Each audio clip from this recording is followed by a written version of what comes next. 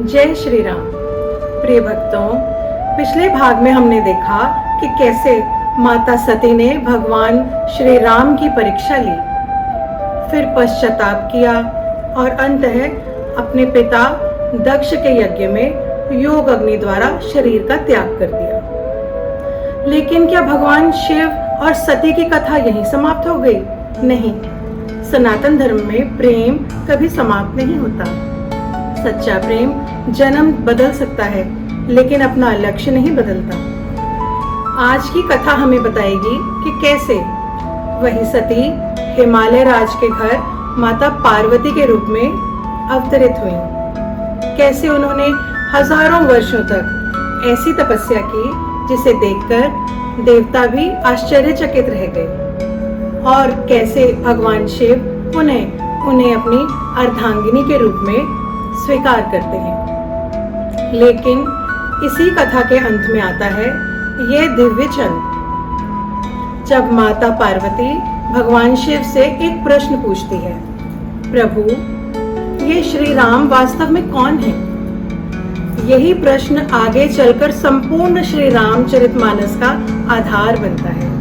आइए प्रेम से बोलिए, हर हर महादेव, सियावर रामचंद्र की जय।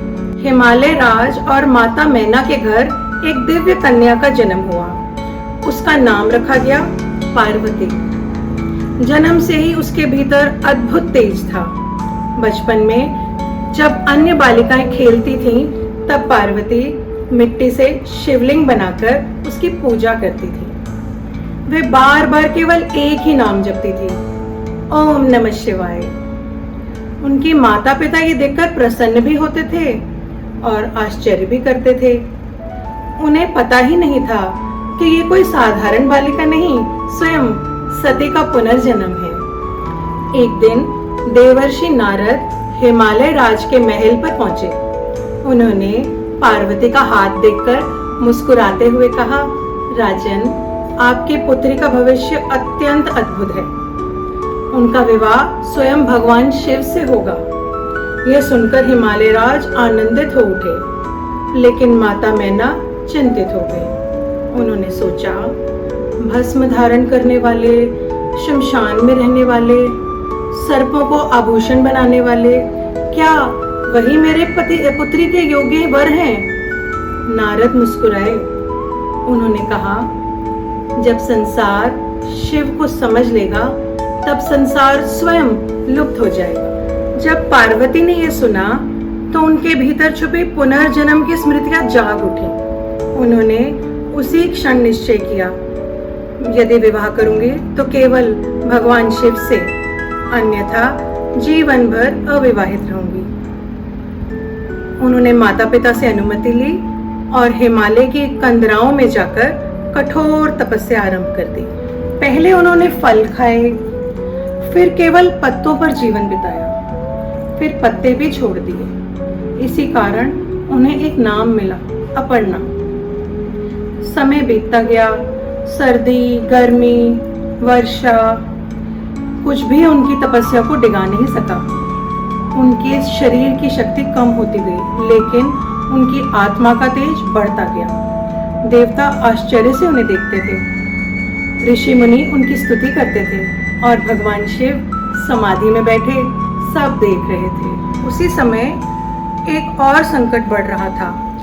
ताड़कासुर नाम का असुर तीनों लोकों में अत्याचार कर रहा था। ब्रह्मा जी के वरदान के कारण उसका वध केवल भगवान शिव के पुत्र द्वारा ही संभव था, लेकिन भगवान शिव तो गहन समाधि में लीन थे। देवता चिंतित हो गए, यदि शिव जी का विवाह नहीं हुआ तो पुत्र कैसे होगा, और यदि पुत्र नहीं होगा तो ताड़कासुर का अंत कैसे होगा। देवताओं ने कामदेव से प्रार्थना की, जाओ भगवान शिव की समाधि भंग करो।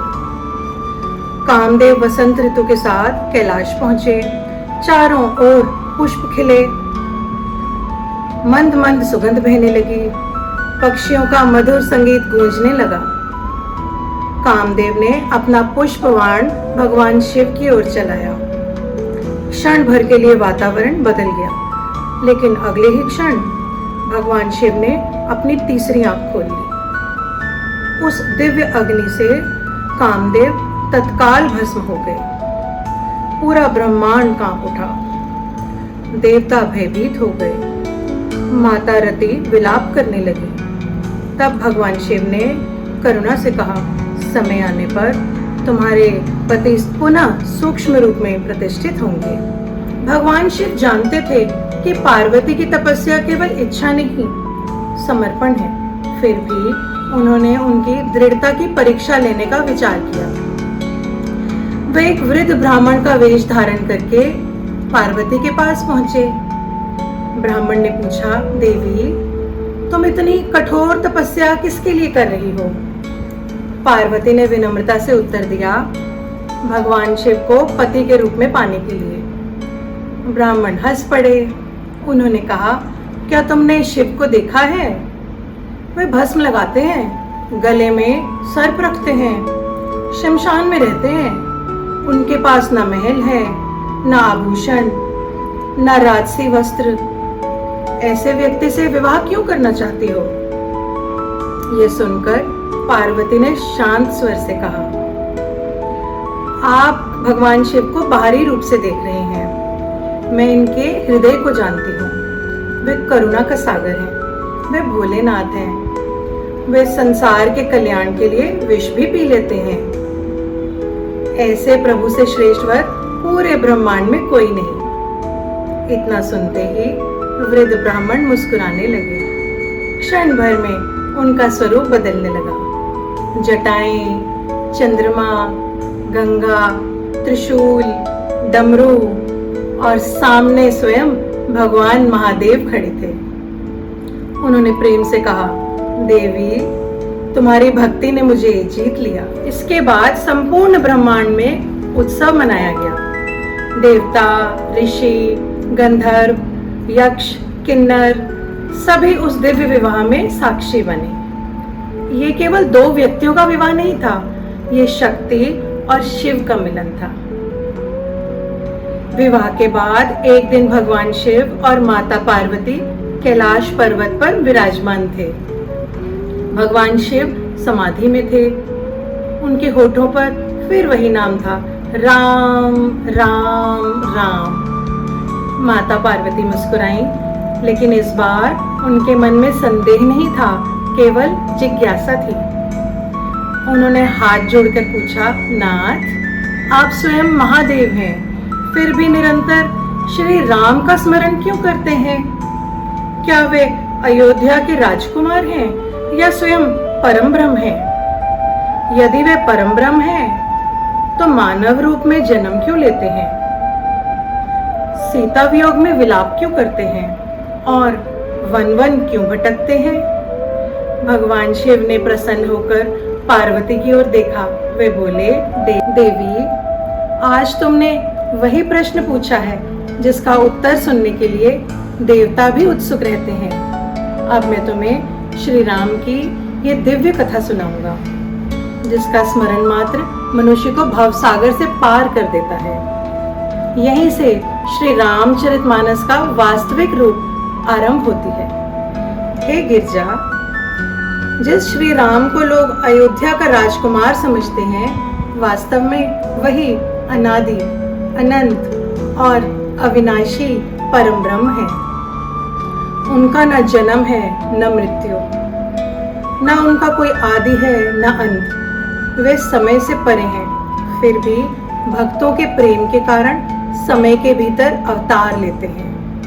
उन्होंने आगे कहा, जैसे एक विशाल समुद्र अपनी इच्छा से छोटी सी लहर का रूप ले सकता है, वैसे ही परम ब्रह्म भक्तों के लिए मानव रूप धारण करते हैं। माता पार्वती ने पूछा, प्रभु, निर्गुण और सगुण में क्या अंतर है? भगवान शिव ने अत्यंत सरल उदाहरण दिया। उन्होंने कहा, मान लो कि जल है। जब वही जल दिखाई नहीं देता, केवल वाष्प के रूप में रहता है, तो वह निर्गुण जैसा है। जब वही जल नदी बन जाता है, तो उसे देखा और छुआ जा सकता है। यह सगुण है। वस्तु एक ही है, रूप अलग अलग है। फिर उन्होंने कहा, ठीक उसी प्रकार परमात्मा एक ही है। जब वह निराकार है तो उन्हें निर्गुण कहा जाता है। जब वे भक्तों के लिए श्री राम, श्री कृष्ण, नरसिंह या अन्य दिव्य रूप धारण करते हैं तो वही सगुण कहलाते हैं। माता पार्वती ने अगला प्रश्न पूछा, यदि भगवान सर्वज्ञ हैं तो फिर वो सीता जी को खोजते क्यों हैं? वन वन भटकते क्यों हैं? रोते क्यों हैं? भगवान शिव मुस्कुराए।